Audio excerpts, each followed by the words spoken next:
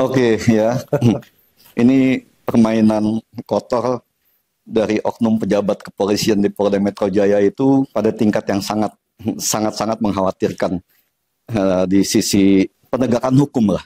Ya, karena Polda Metro Jaya ini kan satu cerminan dari hukum di Indonesia juga nih yang sama-sama banyak kita ketahui nih.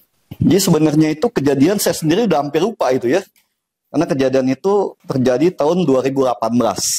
Terjadi tahun 2018, waktu itu ada laporan dari yayasan kepada mafia tanah ya, salah satu mafia tanah ini yang memalsukan, kenapa saya sebut mafia tanah ini, yang bersangkutan ini memalsukan akte-akte tanah dan akte-akte pemecahan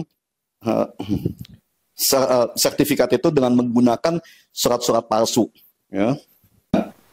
Tahun 2018 itu di persidangan, itu kebetulan saya salah satu saksi di sana. Ya, nah di kesaksian itu dianggap, saya juga belum tahu ya, dianggap itu ada keterangan yang tidak benar atau keterangan palsu yang saya berikan. Tapi seingat saya, setahu saya sebagai seorang ahli hukum ya, kesaksian pada persidangan itu menjadi ranahnya pengadilan dan hakim. Ya, itu ada dalam undang-undang kehakiman di situ kan. Kesaksian ataupun pembuktian segala macam yang ada di dalam persidangan itu, apabila ada sesuatu kejadian yang memungkinkan untuk diproses di luar pengadilan, itu harus mendapatkan penetapan hakim. Ya, misalnya ada satu kesaksian yang dianggap tidak benar atau kesaksian palsu gitu ya, itu hakim akan memperingatkan saksi, apakah saksi itu untuk memperbaiki atau tidak. Kalau tidak ya hakim akan mencermati itu. Kalau itu dianggap memberikan keterangan palsu, maka hakim akan menetapkan, ya, akan membuat penetapan kepada saksi ya, dalam memberikan keterangan palsu itu. Itu diatur di dalam pasal 174 KUHP di Undang-Undang Nomor 8 tahun 81 kalau nggak salah itu. Ya. Nah, dan apabila dianggap ada sebuah tindak pidana di dalam kesaksian itu, maka itu akan dilimpahkan kepada proses pidananya. Nah itu, menggunakan pasal 242 itu, memberikan keterangan palsu di bawah sumpah. Ya. Tapi keterangan palsu di bawah sumpah itu kan dilakukan di pengadilan. Ya. Jadi suka tidak suka itu, mau permainan apapun itu, harus ada penetapan pengadilan di sana. Ya, kalau kita mau mengikuti hukum positif ya, tapi kita nggak tahu. Di sini kan sangat terlihat sekali bahwa proses permainannya sangat jorok lah. Ya, saya nggak pusingin begituan karena ada di Polda Metro Jaya juga mungkin sudah biasa mereka bermain seperti dengan kasar seperti itu ya. Kenapa saya bilang sangat jorok? Coba bisa di zoom gak ini? Mungkin nih wartawan bisa sambil lihat juga nih. Ya, boleh maju sini. Nah, di foto ini. Ya. Di foto ini. Boleh maju-maju di foto ini. Ya, coba tanggalnya di foto ini. Tanggalnya saya ada kasih kuning itu kan.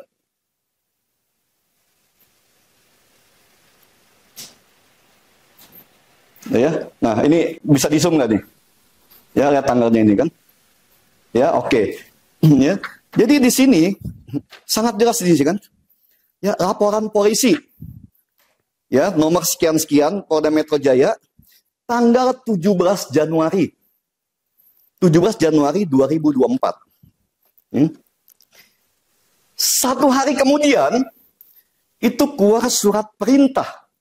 Surat perintah hanya satu hari.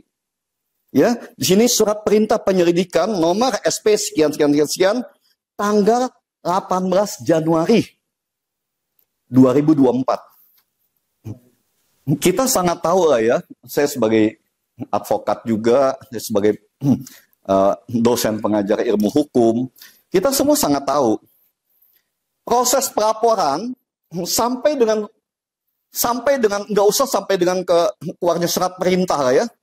sampai dengan di direkturnya aja pembagian, karena surat pelaporan itu, ya begitu kita lapor di SPK, itu kan akan proses. Kalau laporan kita diterima ya, itu akan diproses di bagian administrasi SPK untuk ditandatangani oleh kepala SPK yang dinas atau tugas pada saat itu. Setelah dari situ baru dilaporkan ke bagian operasional. Masuk di administrasi SPK, dilimpahkan ke administrator, bagian operasional. Di operasional ini baru dibagi-bagi, masuknya ke direktorat mana nih? Direktorat kriminal umum, kriminal khusus, atau masuk ke mana? Baru masuk ke direktur untuk didisposisi. Dari direktur mendisposisi baru kepada unit, kepada nih subaknya, bagian nih, kepada bagian-bagian. Ya, kita ngomong kalau di Polda itu kasatnya lah ya, kalau di kepolisian itu kan, kalau di Polda ya, kepada kasatnya. Dari kasatnya itu baru dibuatkan surat perintahnya untuk diberikan kepada unit mana untuk menangani. Proses berjalannya itu 2-3 hari aja. Kalau tidak ada deal-deal khusus sebelumnya ya, tidak ada kesepakatan sebelum antara pelapor dengan oknum pejabat di kepolisiannya, itu hampir tidak mungkin terjadi. Kalau 1 hari itu udah hampir nggak mungkin terjadi. Ya, proses itu administrasi negara ini kan kita sangat tahu ya. Masuk apalagi masuk beberapa bagian ini ininya ya. Jadi 1 hari itu di situ kita sudah sangat tahu bahwa ada kesepakatan jahat atau pemufakatan jahat di sini. Ya, kita sudah bisa membaca itu. Tapi nggak apa-apa juga, ini kan sudah berproses ya. Kita juga sudah membuat surat kepada mulai daripada presiden, kepada Kadif Propam, kepada Kapolri, Kapolda, kita sudah buka semua ini. Kalau tidak ada pemufakatan jahat, tidak mungkin surat laporan sampai dengan keluarnya surat perintah itu hanya dalam waktu 1 hari. Ya. Kalau proses awalnya saja sudah jahat, nggak mungkin ke bawahnya nggak ada kejahatan. Itu yang harus diwaspadai. Ya.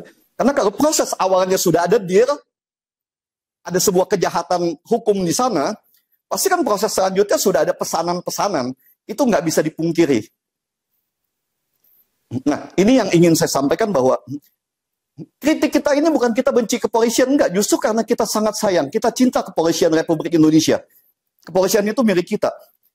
Tapi kalau ditangani oleh oknum-oknum penjahat yang berseragam kepolisian, kita akan sangat-sangat kita sayangkan di sini. Ini yang harus kita cermati di sini. Ya, kita ingin menghimbau kepada Bapak Jokowi, melalui Bapak Kapolri, ya, Bapak Menko Polhukam, dan kepada kita semua di sini, kaum akademisi, media, dari teman-teman media, ayo sama-sama kita perbaiki hukum ini. Bukan buat satu orang, bukan buat saya, bukan buat 17 Agustus, dan bukan buat kalian juga. Buat bangsa ini ke depan. Supaya NKRI tetap ada. Bangsa ini rusak karena perdagangan hukum dan keadilan. Ya. Pemilu hari ini selalu dikatakan curang karena hukum tidak lagi dipercaya. Karena peraturan tidak lagi dipercaya. Itu yang mesti sama-sama kita pahami di sini. Ya. Dengan tidak dipercayanya hukum, semua keputusan tidak ada lagi yang dipercaya. Kalau kita dalam satu rumah tangga, tidak ada lagi satu figur ya yang kita percaya, yang kita yakini dapat memberikan kesejukan, keamanan, kedamaian, dan masa depan kepada kita. Apa kita mau ada di rumah itu? Apa kita mau tetap ada di situ? Kan satu yang nggak mungkin. Ya, kalau dalam satu rumah tidak ada lagi yang dihormati, mau jadi apa rumah itu? Sama kayak negara kita. Di sini Pak Jokowi sebagai seorang presiden nggak boleh lagi dengan gaya Jawanya, ya, yang selalu dengan santai. Apa nggak bisa? Bangsa kita ini sudah extraordinary crime. Harus ada satu tindakan atau pressure khusus di masalah penegakan hukum, di oknum-oknum di kepolisian ini. Ya, karena dari kepolisian bermain lagi nanti ke kejaksaan. Kejaksaan bermain lagi nanti di pengadilan. Akhirnya yang jadi korban siapa? Orang yang tidak punya uang, masyarakat biasa.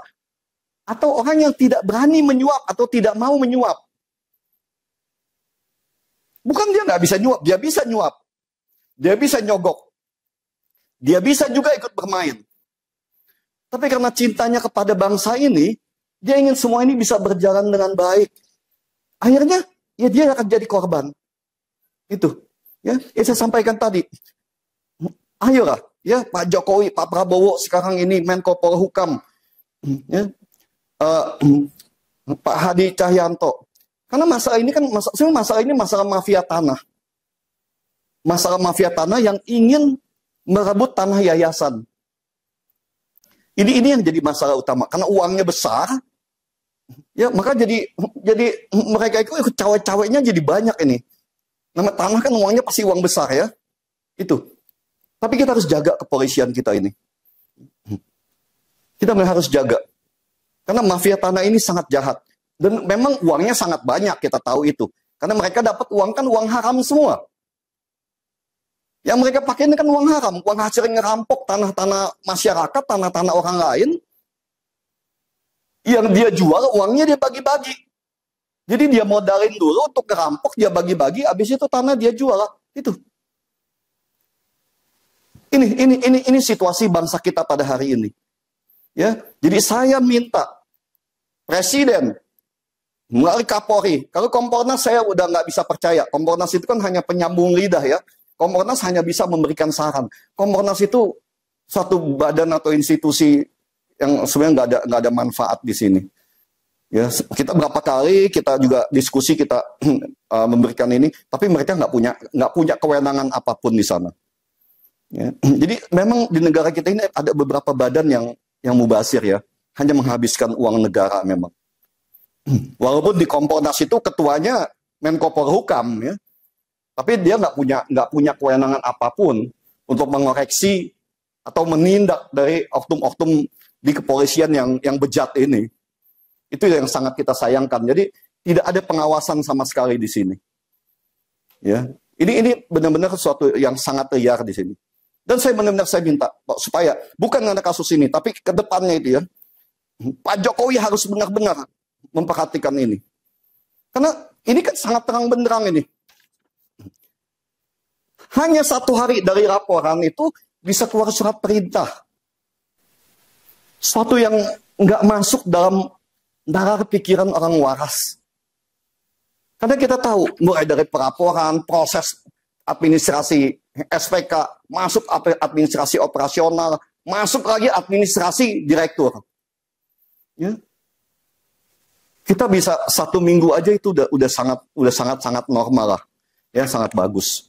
Taruh dah kita 3-4 hari lah. Kalau dia itu namanya juga yang mereka sebut itu dikawal lah ya.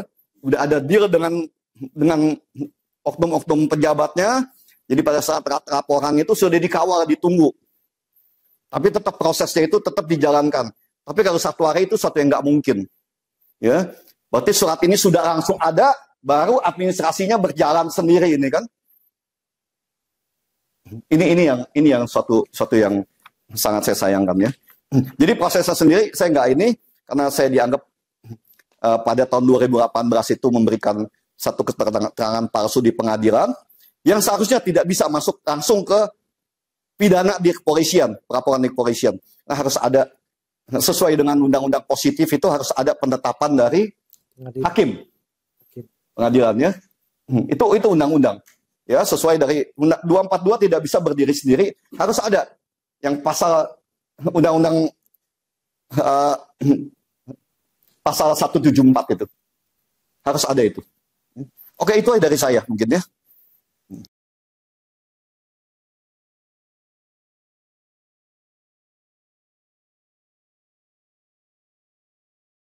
Gini, jadi kenapa baru sekarang? Karena terus terang kita terus pelajari terus kan ya. Jadi dari teman-teman ini pelajari semua juga kan. Itu kan butuh proses, butuh waktu semuanya. Dari pemalsuan aktenya, pemalsuan surat, pemecahan sertifikat yang menggunakan surat palsu, itu akte palsu ya, itu kan terus berproses. Itu yang pertama. Dan akte palsunya itu sudah dibatalkan semua. Memang baru tahun 2022 kemarin. 22 tahun 2000 itu terus berproses dari mulai sampai dengan tahun 2022 itu terus ada pembatalan. Dari tahun 2017 terus ya. Terakhir akte dari notaris OT itu, yang notaris OT itu akte fiktif ya, akte fiktif yang dipergunakan oleh saudara yang mafia tanah ini untuk memecah atau membuat dia dari akte fiktif ini dipakai untuk membuat akte-akte lainnya. Nah, ini proses dari permainan mafia tanah ya, yang supaya kalian tahu ya. Saya jelaskan sekalian di sini. Mafia tanah itu sangat pintar dan sangat lihai. Mereka itu sangat menguasai proses hukum. Jadi mereka akan berusaha bagaimana akte yang dipalsukan ini menjadi tertutup, tidak terlihat. Ya. Maka dari akte palsu ini, akte fiktif ini, mereka buat akte-akte lain sebanyak-banyaknya dengan menggunakan akte fiktif ini. Akte fiktif ini, akte palsunya, itu sengaja tidak didaftarkan oleh mereka. Kenapa tidak didaftarkan? Supaya kalaupun dicari, dibuka di pendaftaran di Kumham, di AHU sana, itu akte palsunya ini, akte fiktifnya tidak akan terlihat. Sulit untuk mengetahui adanya akte palsu yang menjadi dasar dari pembuatan akte-akte yang dipergunakan untuk menjual aset atau tanah orang lain, ya, atau untuk memecahkan sertifikat, atau membuat surat-surat lain. Nah, ini kerja mafia tanah. Jadi karena kita dunia pendidikan, kita banyak kawan-kawan ya, baik yang dari BPN, apa notaris, semua segala macam, kita akhirnya menemukanlah adanya penggunaan akte palsu di sini, akte fiktif di sini. Aktenya sendiri sudah dibatalkan dan sudah kita laporkan ke kepolisian, ya, ke Polda Metro Jaya juga. Kita laporkan ke Polda Metro Jaya dan bukti-bukti semuanya sudah lengkap.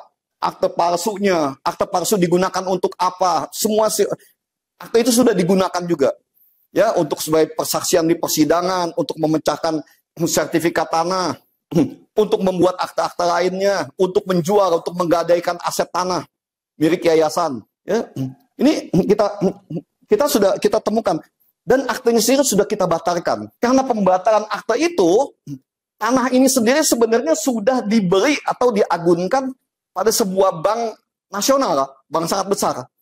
Ya, saya buka aja, itu digadaikan kepada Bank Mayapada. Kita sampaikan terus bahwa kita tidak akan berdamai. Ya, kenapa? Karena aset itu adalah aset yayasan. Bukan aset saya pribadi ataupun aset yang bukan. Ya. Jadi aset dari yayasan, saya tidak punya hak untuk menjual ataupun apapun. Karena aset itu milik yayasan. Harus kembali kepada yayasan, karena yayasan tidak pernah menjual itu. Ya. Yayasan waktu itu, sebelum saya memang, dia mencoba untuk bekerja sama. Ya, tapi karena satu dua hal permainan saya nggak ngerti lah. Saya nggak ngerti itu ya. Nah, nanti bisa ditanyakan ke Pak Bambang Prabowo lah. Itu aja yang saya tahu. Ya. Jadi memang ada saya melihat ada satu ketakutan mungkin ya akan proses hukum yang terus berjalan. Karena kita bukan saya nggak mau damai, bukan. Tapi karena bukan hak saya untuk berdamai, untuk penyelesaian kasus ini ya. Itu aja yang ingin saya. Karena saya sejak 2018 saya sendiri kan sudah mengundurkan diri ya. Ketua yayasannya Pak Bambang Suristomo. Jadi kalau mau negosiasi, mau diskusi, ya langsung aja ke Pak Bambang.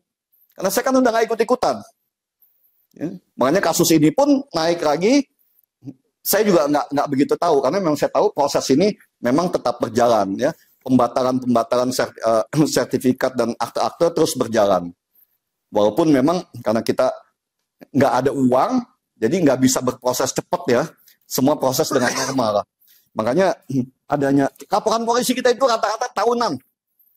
Ya, dan naik ke surat sampai ada surat perintah itu bisa makan waktu 2-3 minggu baru bisa disetujui itu kan.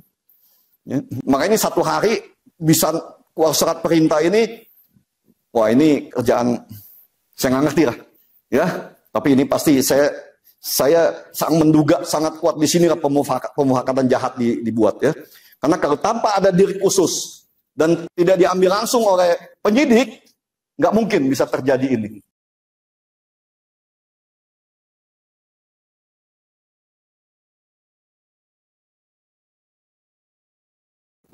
Kami pada saat itu sebagai saksi. Pada saat itu kami bersaksi, kemudian tiba-tiba kami dapat laporan pencemaran nama baik, Saudara Teja, lewat Mabes Polri, Direktur Ekonomi, Dikrimin Ekonomi. Jadi Undang-Undang ITE, saya kena Undang-Undang ITE. Waktu itu kalau nggak salah, kemudian kami diundang bahwa kami mencemarkan nama baik si Teja Wijaya. Dengan pencemaran nama baik itu, saya bersaksi di pengadilan, diperiksa. Pada saat itu kesaksian saya adalah mengenai penggelapan tanah di Untap. Pada saat itu mengenai kerjasama dengan saya sebagai wakil Pak Tom. Waktu itu melihat pemecahan PBB, membuat pemecahan PBB, kemudian akta jual beli saham. Jadi pada saat itu kami merasa dikriminalisasi dengan kesaksian kami terhadap perbuatan Teja Wijaya pada saat sidang tahun 2018. Dan itu kami dipanggil oleh Mabes Polri atas pencemaran nama baik Undang-Undang ITE. Pada itu Wadikrim Pak Suyudi. Seperti itu. Ingat saya. Dan sekarang sudah berapa puluh tahun ini.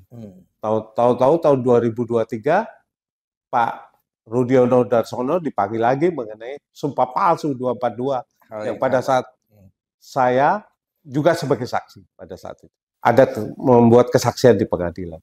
Pada saat itu meliputi pemecahan PBB, meliputi utang pribadi, meliputi jual beli saham fiktif, itu jelas, dan penyuapan saya laporkan pada saat itu, dan langsung saya dikriminalisasi Undang-Undang ITE pada saat itu, pencemaran nama baik.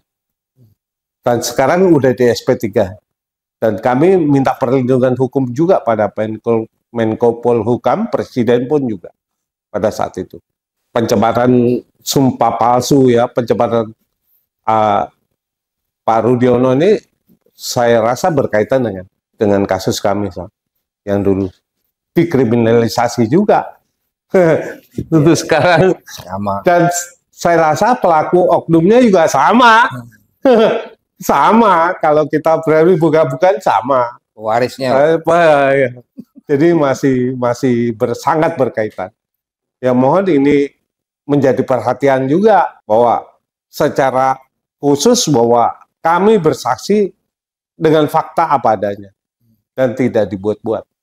Dan kita berani pada saat itu apa adanya yang kita bicarakan di pengadilan. Alasan SP3-nya apa waktu itu? SP3-nya tidak cukup bukti. Okay.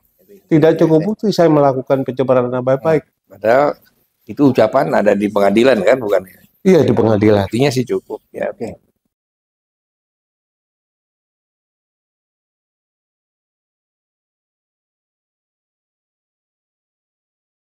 Ya, terima kasih. Saya sebagai ketua yayasan begini ya. Masyarakat agar tahu ya bahwa kenapa dilahirkan lembaga namanya Komite Pemberantasan Korupsi KPK. Alasan utamanya adalah bahwa lembaga-lembaga penegak hukum itu, jaksa, polisi, pengadilan, itu semuanya menjalankan praktek yang kita sebut praktek jual beli hukum. Itu terjadi korupsi. Jadi hukum itu diperjualbelikan merupakan tindakan korupsi.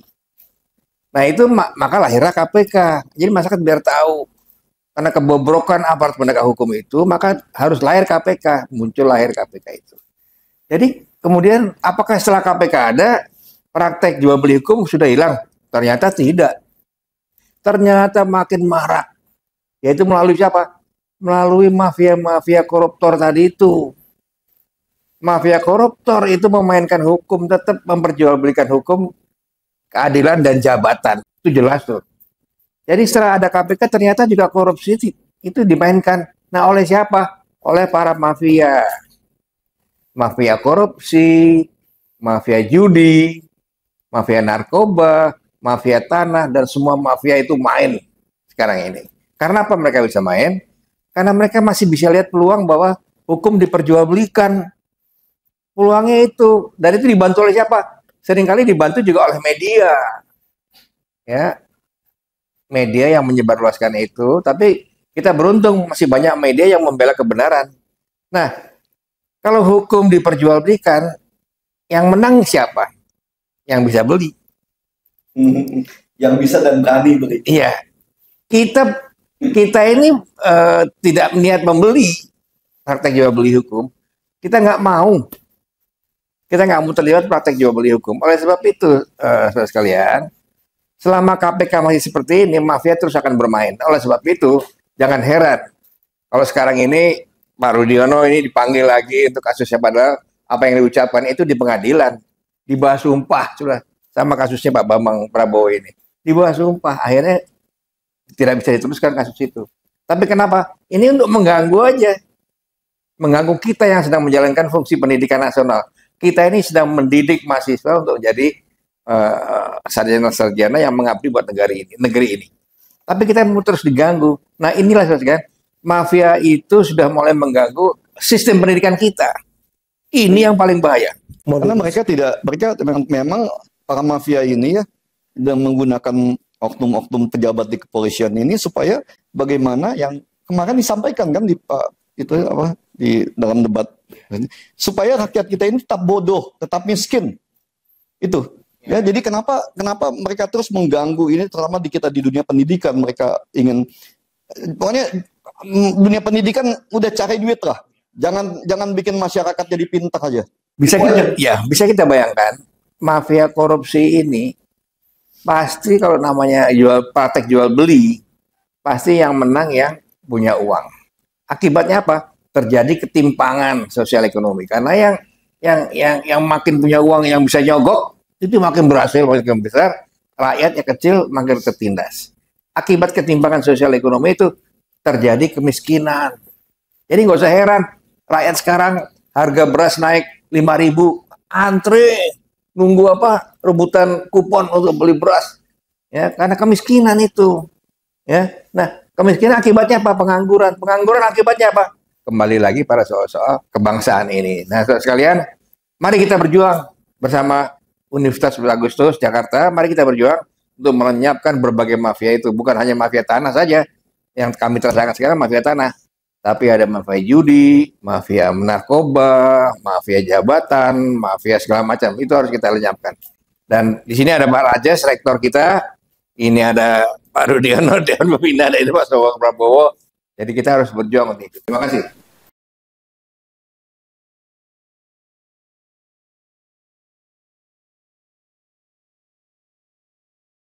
Yang pertama, kemarin kami mendapatkan surat itu dan Pak Rudi minta kita dibuka semua di Senat, dan kita melakukan rapat Senat, dan hasil keputusannya kita ingin mendapatkan perlindungan secara hukum. Kita sudah bersurat dari Senat, dan mengadukan ini langsung kepada Presiden, Pak Wakil Presiden, kemudian Menko Polhukam, dan juga Kapolda. Kapolda harus tahu nih, Kapolda Metro Jaya. Kapolri juga. Jadi kita sudah laporkan kepada orang-orang yang memiliki kekuatan dari sisi kewenangan untuk memutuskan, untuk melindungi rakyatnya. Jadi seperti apa yang disampaikan oleh Pak Bambang Prabowo, memang ya praktek kriminalisasi ini sangat-sangat disayangkan. Kami sebagai dunia pendidikan sangat kecewa bagaimana pejabat-pejabat atau oknum-oknum pejabat di negara ini yang kita sangat respect, sangat ya kita hormati lah ya. Kalau ada sesuatu kita laporkan, apalagi di lingkungan kepolisian, ini sangat memalukan ya. Oknum-oknum pejabat melakukan hal itu, ini sangat memalukan. Ini setingkatnya perguruan tinggi, surat terus terang dalam 1 hari. Kami aja kalau buat LP itu prosesnya bisa satu bulan, Pak Rudi. Karena kamu nggak bayar. Kita lakukan apa-apa harus nunggu, kita harus follow up. Kenapa ada? Karena kamu nggak bayar. Bisa 1 bulan, bisa 2 bulan juga. Ini 1 hari bisa. Saya juga cukup kaget kemarin bahas sama tim di Senat. Loh, ini kok proses bisa seperti ini? Bayangkan ini logika bodohnya saya lah ya mungkin ya. Ini yang pemilik tanah siapa? Yang bermain siapa? Ini ada mafia tanah bersekongkol dengan oknum-oknum pejabat di kepolisian mengkriminalisasi si pemilik tanah. Ini kan gimana sih yang pemiliknya yayasan, kemudian dikejarnya siapa? Ini satu proses yang tanda tanya begitu luar dan bisa dibedah. Kalau ingin tahu sebagainya kita punya bukti semua kok. Fakta pengadilan, apalagi Polda Metro Jaya. Waduh, urusan LP kita paling sering kita laporkan. Saya sering kok mendatangi Polda Metro Jaya, saya yang bersuara kasih tahu ini loh bukti tanah putusan pengadilan sudah dibatalkan, ini bukti. Ini masih ngaur lagi, ini ngomongnya balik lagi ke sini. Ini apa-apaan ini? Tapi yang beberapa kali ya kita melaporkan Teja Wijaya ini dengan bukti cukup pun ya, dengan bukti selengkap mungkin.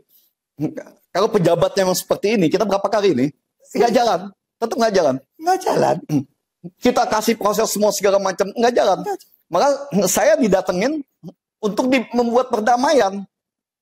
Ya cuma saya sampaikan kepada teman di kepolisian itu, karena ada anak buahnya datang, Pak bisa nggak untuk dikata damaikan? Saya nggak mau berdamai dengan penjahat. Ya karena kenapa? Proses hukum harus berjalan. Itu yang pertama. Kedua, saya paling benci mafia tanah. Karena yang menghancurkan dan memiskinkan rakyat ini ya mafia tanah ini. Ya, saya dengan mafia tanah begini saya paling benci ya. Makanya saya waktu pada saat diminta untuk berdamai, termasuk waktu itu dengan Bang Mayapada, ya, dari itu untuk berdamai, mereka bersedia untuk membayar kita waktu itu. Ya, mereka mau membayar kita itu $20 juta. Ya, berarti sekitar mungkin 300 miliar ya. Saya bilang enggak, jangan, saya nggak butuh uang, tapi saya tidak menerima uang haram. Saya sampaikan, ada bapak-bapak juga kan, ya waktu rapat ya. Ya ada teman-teman dari Mayapada juga kan. Saya sampaikan kepada mereka di depan bapak-bapak bahwa saya tidak mau menerima uang haram. 300 miliar itu banyak loh. Banyak sekali. Ya. Tapi saya nggak mau menggadaikan harga diri saya dengan uang itu. Ya beli sepeda 3.000. Ini di depan bapak-bapak ini saksinya, saya ditawarkan uang tuh $20 juta gitu kan. Saya nggak mau, saya bilang enggak. Wah, ya, tambah saya banyak uang iya, bikin saya, tapi nggak buat saya jadi tambah bahagia kan? Karena saya nggak akan bisa tenang nikmatin uang itu juga. Tapi Pak Rudi, faktanya kita kan sering melaporkan oknum-oknum di kepolisian yang bekerja tidak profesional. Ya, inilah yang membuat mereka menjadi tidak suka. Mungkin udah ada kebencian dari sekelompok oknum tertentu ya kepada kita gitu kan. Ini si Rudi kalau bisa gue sikat kenapa enggak gitu kan. Ini kebanyakan ngebongkar bohok busuk-busuknya gua juga ini. Mungkin aja ada begitu. Ya, udah ini kan mafia tanah dan para ini mungkin aja bersekongkol. Udah si Rudi ini atau 17 Agustus kita acak-acak dulu deh. Ya, bukan sesuatu yang nggak mungkin. Ya, di Indonesia kondisi peralihan seperti sekarang ya, itu sangat rentan untuk dimanfaatkan oleh para penjahat-penjahat di Pak Rudi. Kan kepolisian di bawah Pak Sigit Prabowo ini kan naik nih peringkatnya, kepercayaan rakyat naik. Tapi kalau ada kejadian seperti ini, jangan-jangan bisa turun lagi. Ini adalah perbuatan yang bisa menurunkan lagi kepercayaan rakyat pada polisi. Padahal Pak Listio Sigit Prabowo itu pekerjaannya udah berat banget menaikkan ini. Ya Kapolri. Ya, berat berusaha untuk memperbaiki terus kepolisian ini kan. Sekarang dihantam lagi sama seperti ini. Tapi dia cara kerja oknum kepolisian kan sangat gini. Mana mungkin terjadi RP 1 hari bisa naik sampai ke ada surat perintah kan, 1 hari pelaporan, 1 hari surat keluar perintah. Mana mungkin terjadi seperti ini? Ya kalau nggak ada para oknum yang bermain di sana, mana mungkin? Kan itu. Kan kita sangat tahu proses-prosesnya semua juga kan. Ya. Dan saya harap ini jadi perhatian dan ini kita akan ramaikan, kita akan sebarkan dan kita akan datangi pejabat-pejabat yang berkompeten di sini. Undangannya baru disampaikan di hari yang sama. Saksi Ya. untuk Jadi undangan tanggal 23 sampai kita terima tanggal 23 juga. Jadi harinya hari sama jadinya. Hari sama. Ya semua udah permainan. Udah permainan semua. Jadi diundang kita tanggal 23 dan sampai ke tempat kita pun tanggal 23 sore.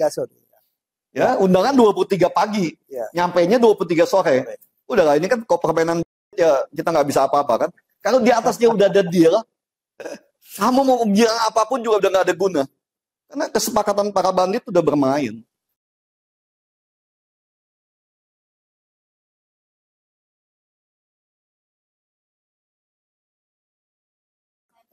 Ya, harapan saya begini. Lahirkanlah kepemimpinan, bukan seorang pemimpin ya, di mana kepemimpinan tersebut melahirkan orang-orang yang berani mewujudkan masyarakat bangsa dan negara Pancasila secara revolusioner, radikal revolusioner. Sebab tanpa itu kita nggak percaya lagi sama ideologi. Apa nih ideologi? Jadi lahirkanlah pola kepemimpinan di mana lahir para pemimpin yang bisa mewujudkan masyarakat bangsa dan negara Pancasila dengan keteladanan yang revolusioner. Itu solusinya buat saya. Bagus, bagus ya. Ya.